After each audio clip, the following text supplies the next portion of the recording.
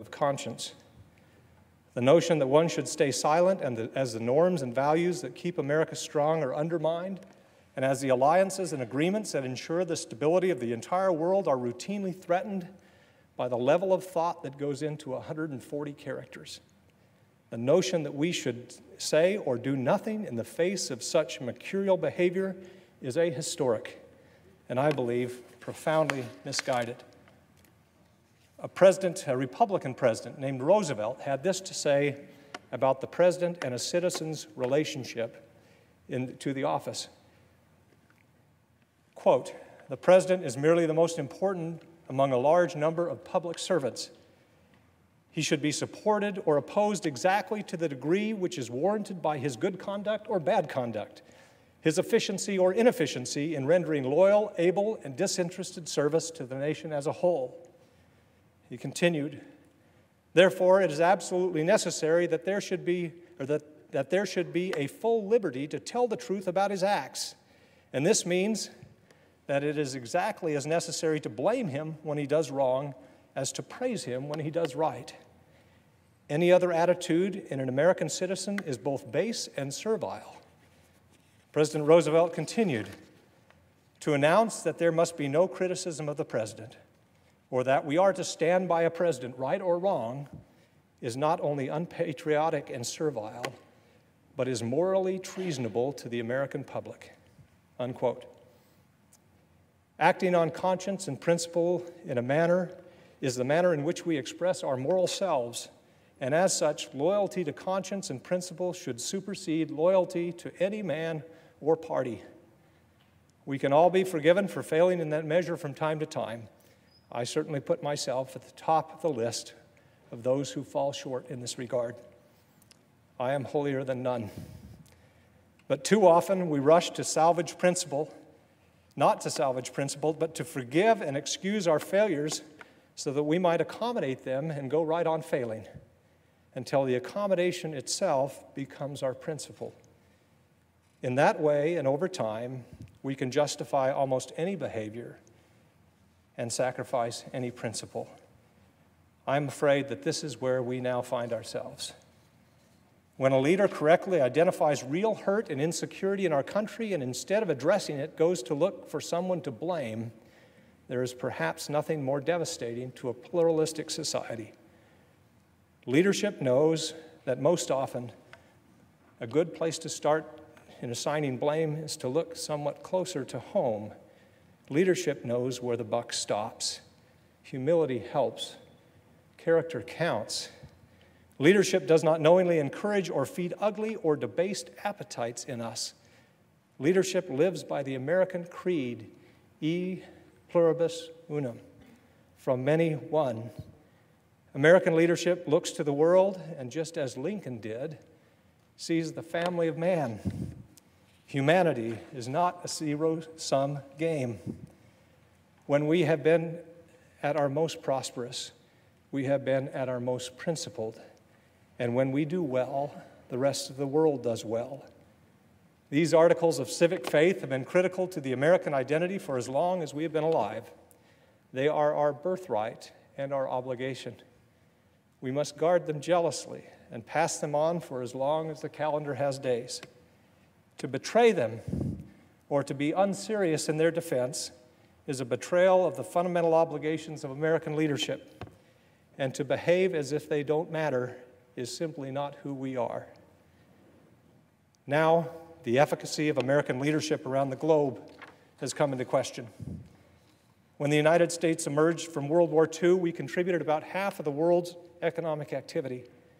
It would have been easy to secure our dominance, keeping those countries who had been defeated or greatly weakened during the war in their place. We didn't do that. It would have been easy to focus inward. We resisted those impulses. Instead, we financed reconstruction of shattered countries and created international organizations and institutions that have helped provide security and foster prosperity around the world for more than 70 years. Now it seems that we, the architects of this visionary, rules-based world order that has brought so much freedom and prosperity, are the ones most eager to abandon it. The implications of this abandonment are profound, and the beneficiaries of this rather radical departure in the American approach to the world are the ideological enemies of our values. Despotism loves a vacuum, and our allies are now looking elsewhere for leadership. Why are they doing this? None of this is normal. And what do we, as United States senators, have to say about it?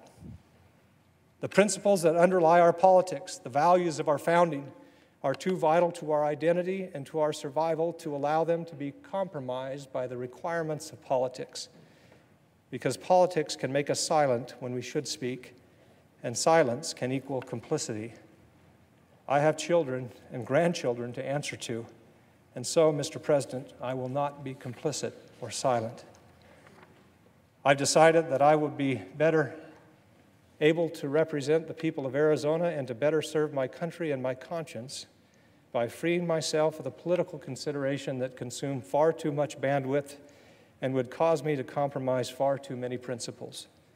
To that end, I am announcing today that my service in the Senate will conclude at the end of my term in early January 2019. It is clear at this moment that a traditional conservative who believes in limited government and free markets, who is devoted to free trade, who is pro-immigration, has a narrower and narrower path to nomination in the Republican Party, the party that has so long defined itself by its belief in those things. It is also clear to me for the moment that we have given in or given up on the core principles in favor of a more viscerally satisfying anger and resentment. To be clear, the anger and resentment that the people feel at the royal mess that we've created are justified. But anger and resentment are not a governing philosophy. There is an undeniable potency to populist appeal by mischaracterizing or misunderstanding our problems and giving in to the impulse to scapegoat and belittle. The impulse to scapegoat and belittle threatens to turn us into a fearful, backward-looking people. In the case of the Republican Party, those things also threaten to turn us into a fearful, backward-looking minority party. We were not made great as a country by indulging in or even exalting our worst impulses, turning against ourselves, glorifying in the things that divide us, and calling fake things true and true things fake. And we did not become the beacon of freedom in the darkest corners of the world by flouting our institutions and failing to understand just how hard-won and vulnerable they are. This spell will eventually break. That is my belief. We will return to ourselves once more, and I say the sooner the better. Because we have a healthy government, we must also have healthy and functioning parties. We must respect each other again in an atmosphere of shared facts and shared values, comity and good faith. We must argue our positions fervently and never be afraid to compromise. We must assume the best of our fellow man and always look for the good. Until that day comes, we must be unafraid to stand up and speak out as if our country depends on it, because it does. I plan to spend the remaining 14 months of my Senate term doing just that. Mr. President, the graveyard is full of indispensable men and women. None of us here is indispensable. Nor were even the great figures of history who toiled at these very desks in this very chamber to shape the country that we have inherited. What is indispensable are the values that they consecrated in Philadelphia and in this place. Values which have endured and will endure for so long as men and women wish to remain free. What is indispensable is what we do here in defense of those values. A political career does not mean much if we are complicit in undermining these values. I thank my colleagues for indulging me here today. I will close by borrowing the words of President Lincoln, who knew more about healthy enmity and preserving our founding values than any other American who has ever lived. His words from his first inaugural were a prayer in his time and are now no less in ours. We are not enemies, but friends. We must not be enemies. Though passion may have strained, it must not break the bonds of our affection. The mystic chords of memory will swell when again touched, as surely as they will be by the better angels of our nature. Thank you, Mr. President. I yield the floor.